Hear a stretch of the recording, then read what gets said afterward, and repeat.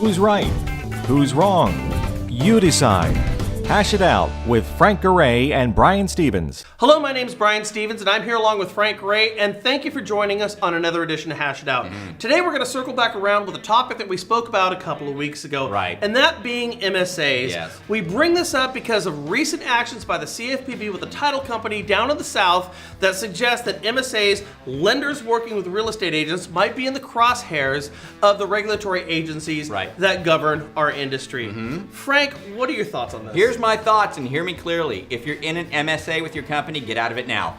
I believe it's going to be illegal. I believe that the longer you stay in any type of an MSA with a real estate organization, if you're a lending company, is the more money you're gonna have to pay in fines when it all comes down. And it will come down, and they will fine you, and you will have to pay, no matter how well you think you've got this thing constructed and, worked out. It ain't gonna fly. They're gonna burn you. They're gonna fine you. Get out of it now. Because that's just the way it is. No matter how you try to structure this thing, the CFPB is always going to go in and say the customer was influenced to just use that one lender. The customer did not research other lending options. And I don't care how you've got it structured, if it's a big rent payment or a small rent payment and some bonuses or whatever you're trying to do, no matter what, it's going to be deemed bad juju. You're going to get fined. It's going to be over. I say get out now. Just be done with it. Okay, Frank, so what I'm hearing is a pretty strong opinion about this, but as far as the nuts and bolts behind it, let's think about this for a couple of seconds. Okay.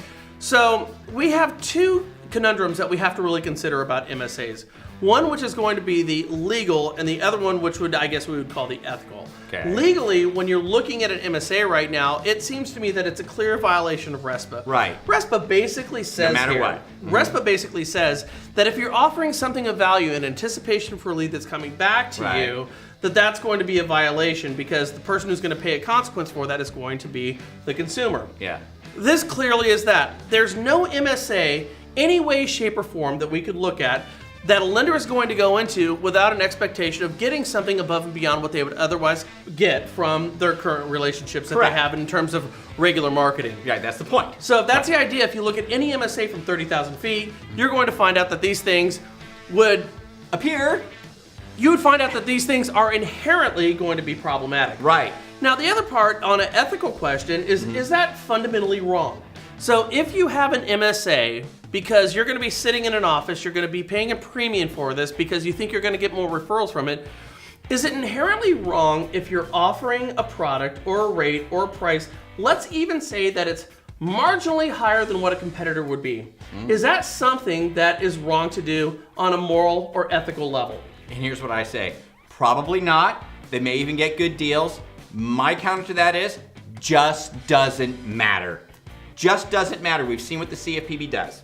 They come in and fine a guy $80,000 who is simply leasing some space next to a bank with no intent or no agreement to get any business. He was just next to the bank so that the consumer walking into the bank could go, oh, there's a mortgage company, maybe I'll go over there. He got fined $80,000. Now, when you have an agreement in place to sit inside someone's office, there's no way you're gonna get out of that fine. I'm saying if you've got an MSA right now with a real estate company, get out of it. Okay. Be done with it, move on. So let me ask you this. If somebody goes to a gas station in the middle of winter, of which we're going through a pretty hard one right now, and they gas up and then they go into the little mini mart that they have and they see that they're selling windshield wipers there. Yeah. The windshield wipers are going to be sold at a premium. Right. Now the consumer might find that that premium price for those windshield wipers is okay because they need them at that moment and that's a cost that they're willing to pay. Right. Would it not be similar for a consumer to go to a real estate agent and say, even if there is a premium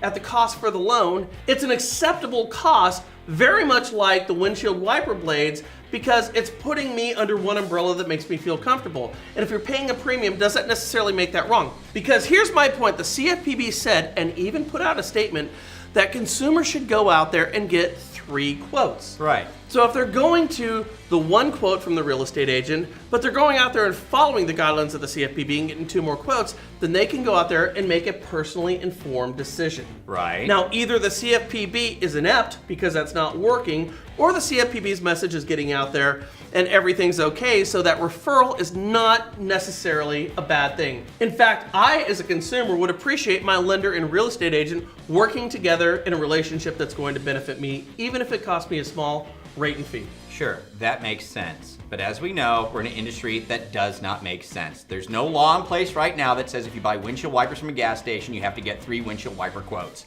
right?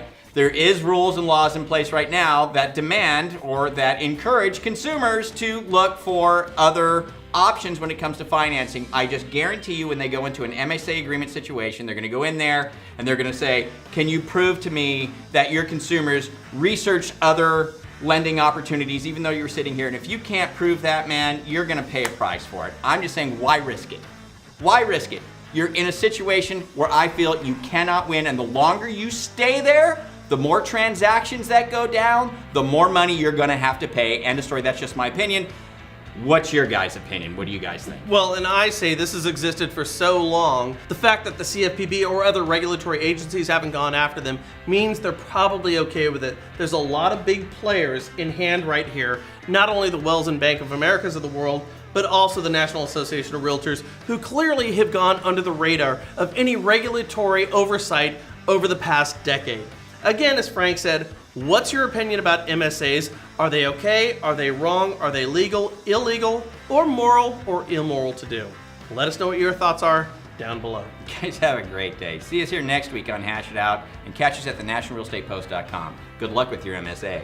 Bye. Hash It Out airs every Thursday at 7 a.m. Eastern Time and can be viewed on MortgageNewsNetwork.com.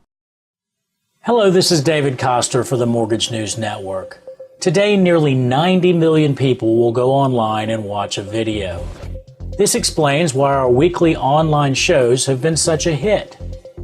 Custom-produced videos are simply the most powerful way of telling a business story. National Mortgage Professional Magazine gave rise to Mortgage News Network. Our editors and producers have been telling the stories of this industry for decades.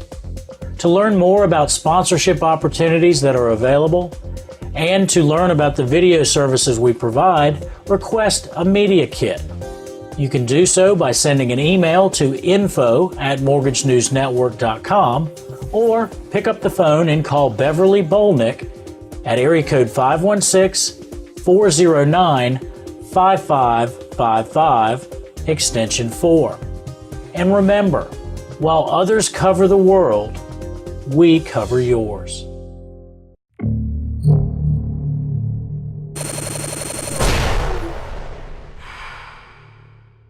This is Mortgage News Network.